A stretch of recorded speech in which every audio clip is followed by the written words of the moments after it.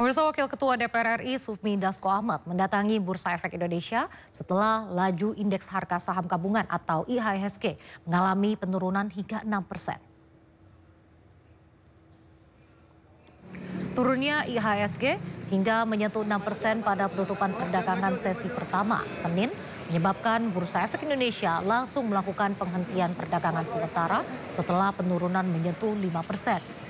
Meski demikian, pada pembukaan perdagangan kedua, IHSG kembali mulai mengalami kenaikan dari sebelumnya turun 6%, kini 3%. Kedatangan anggota DPR ke Bursa Efek Indonesia sebagai bentuk dukungan dan meyakinkan kepada para pelaku pasar agar dapat tetap tenang serta meminta pemerintah untuk mengambil langkah secara cepat agar pasar saham dapat kembali meningkat.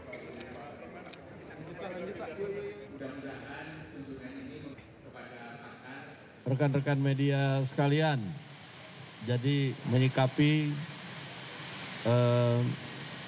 pembekuan otomatis dari akibat koreksi dari indeks harga saham gabungan 5% yang memang otomatis dan bukan baru kali ini saja terjadi. Dan sudah pernah pada waktu COVID dan lain-lain, kami pada hari ini melakukan kunjungan untuk support dan meyakinkan kepada pasar untuk tetap tenang.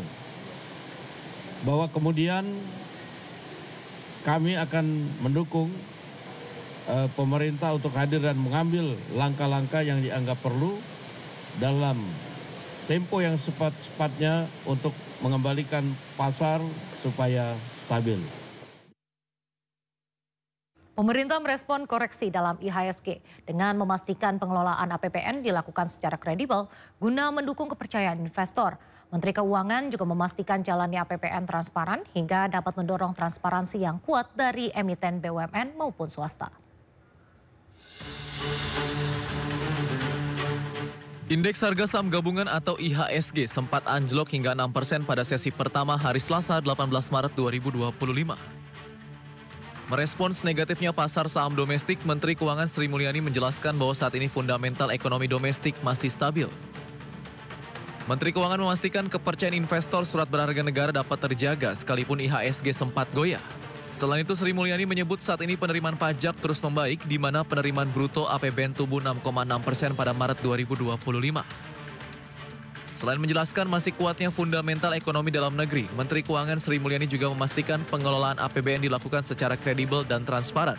Untuk itu, pemerintah menghimbau emiten BUMN maupun swasta tetap mengedepankan transparansi kepada calon investor. Tegaskan saya mengelola APBN dan bersama-sama dengan tim Kementerian Keuangan terus menjaga keuangan negara.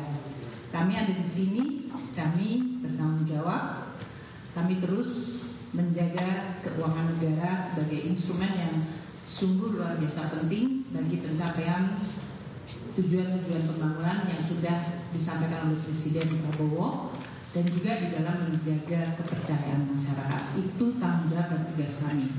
Kami tetap berdiri teguh untuk bekerja fokus mengelola APBN. Itu ya. Dengan neraca perdagangan yang positif di tengah cerita yang saya sampaikan waktu minggu lalu ya. Dunia itu lagi gunjang. Semua negara sedang membuat barrier atau halangan untuk trade dengan menaikkan tarif. Kemudian banyak membuat lembaga-lembaga internasional membuat prediksi ekonomi melemah. Di tengah hal tersebut, naiknya tarif yang sangat tinggi, proyeksi perlemahan, Indonesia masih mampu menjaga trade surplus 58 bulan secara berturut-turut. Bahkan angka Februari lebih tinggi year on year sebesar 2,28 billion mencapai 3,12 miliar. Sebelumnya PT Bursa Efek Indonesia telah menginformasikan bahwa pada Selasa 18 Maret 2025 telah terjadi pembekuan sementara perdagangan atau trading hold sistem perdagangan di PT Bursa Efek Indonesia pada pukul 11:19 waktu Jakarta. Hal tersebut dipicu penurunan indeks harga saham gabungan yang mencapai 5% sebelum penutupan sesi pertama.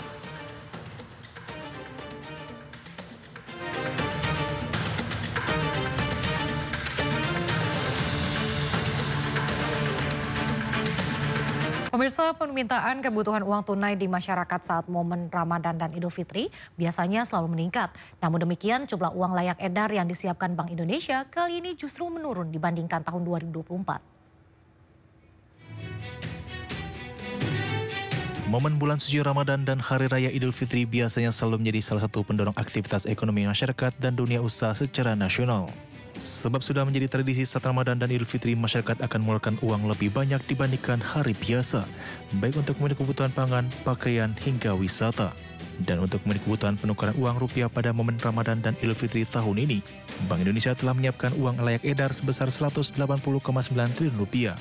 Namun demikian, jumlah tersebut justru menurun dibandingkan tahun 2024 lalu, yang tercatat sebesar 197,6 triliun rupiah. Sementara itu, Kementerian Perhubungan memprediksi jumlah masyarakat yang akan melakukan perjalanan selama momen mudik Lebaran tahun ini mencapai 146,48 juta orang.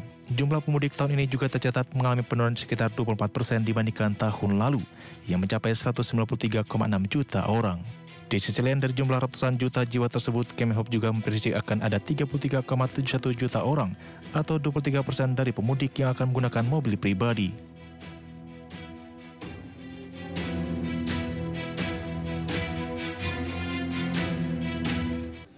Kembali di Sindo Siang, pemirsa, pelaku usaha di Kota Depok, Jawa Barat resah karena sejumlah organisasi masyarakat meminta jatah uang tunjangan Hari Raya jelang Lebaran 2025. Ormas tersebut meminta THR dengan mengirimkan surat ke pelaku usaha.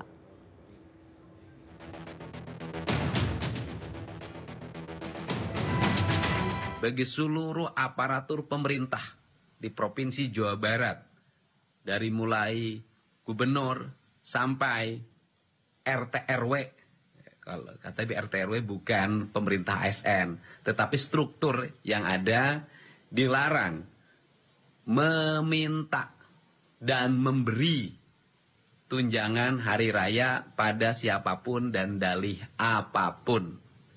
Yang kedua, bagi seluruh lembaga usaha, baik BUMD, BUMN, lembaga-lembaga bisnis swasta, dilarang untuk memberikan THR pada siapapun dengan dalih apapun.